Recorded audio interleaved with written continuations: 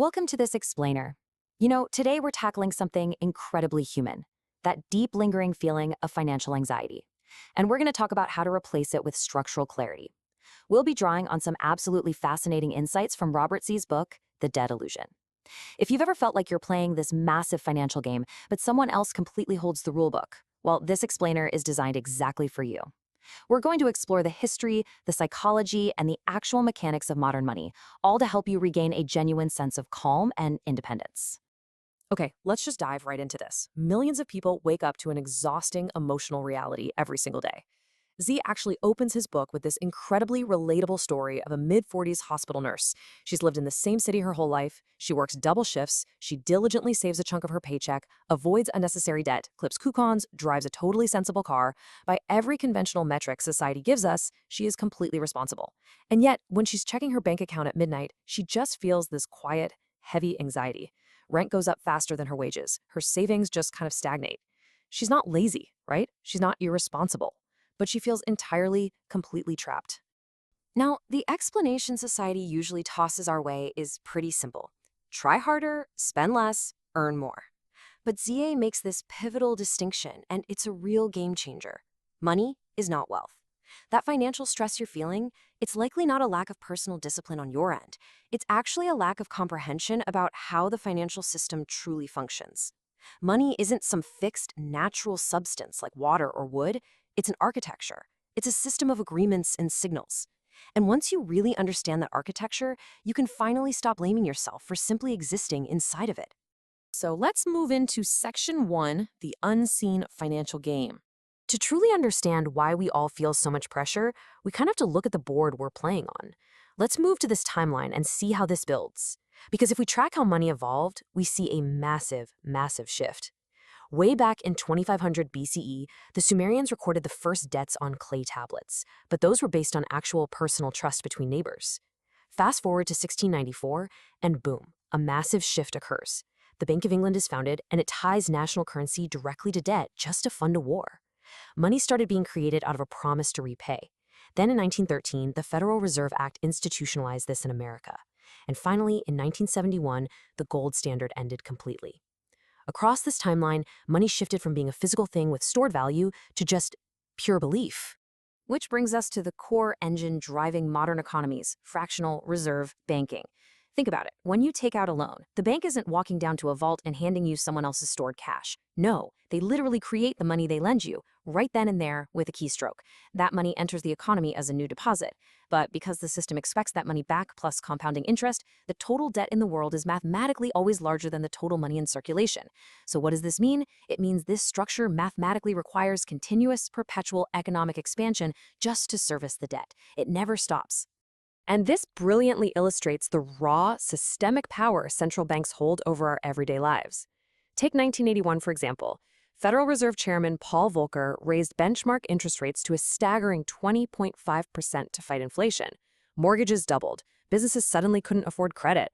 Entire industries just ground to a halt.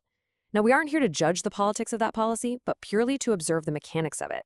A single decision made in a boardroom in Washington completely reshaped the financial realities and honestly the very survival of millions of ordinary people around the globe. Which brings us to section 2, the psychology of owing. You see, the architecture of modern finance isn't just mathematical, it's deeply, deeply psychological. Take language, for instance.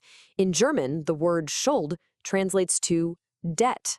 But get this, it also translates to guilt or sin.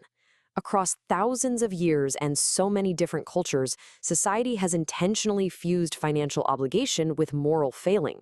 We are basically conditioned to feel this profound personal shame when we struggle with debt. It's as if a low bank balance is somehow direct evidence of a flawed character. So the crucial point here is that the system actually benefits from this shame.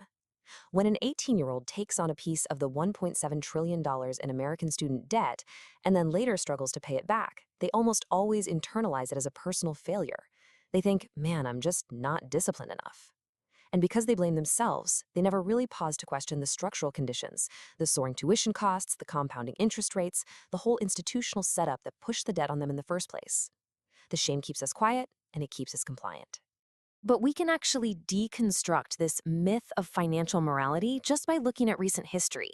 Look how two very different countries responded to the 2008 financial crisis. On one hand, Ireland chose to guarantee its bank's debts. They forced ordinary taxpayers to endure a decade of severe austerity, budget cuts, and serious hardship just to pay for private banking losses. But Iceland?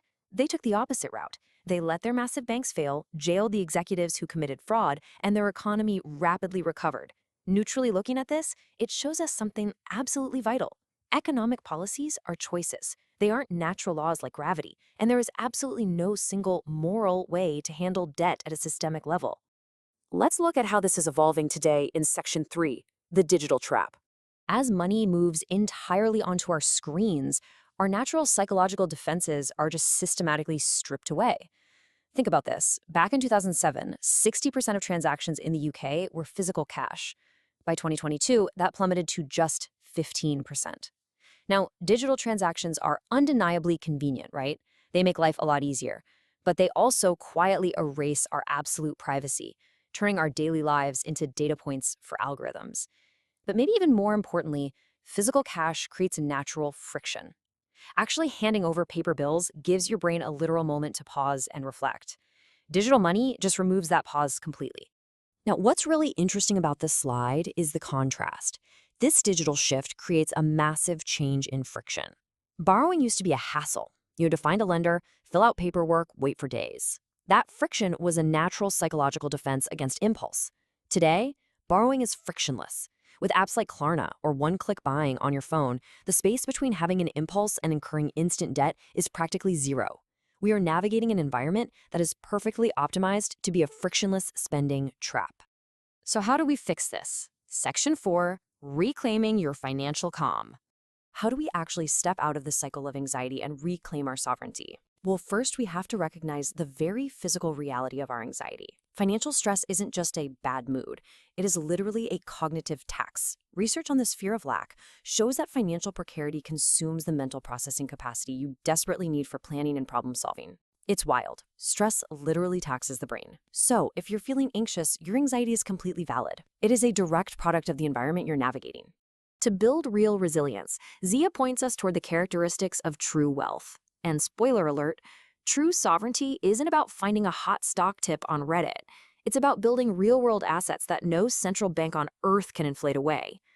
True wealth is the ability to think clearly under pressure. It's having valuable, tangible physical skills. It's building genuine relationships based on actual trust, not just utility. It's psychological adaptability.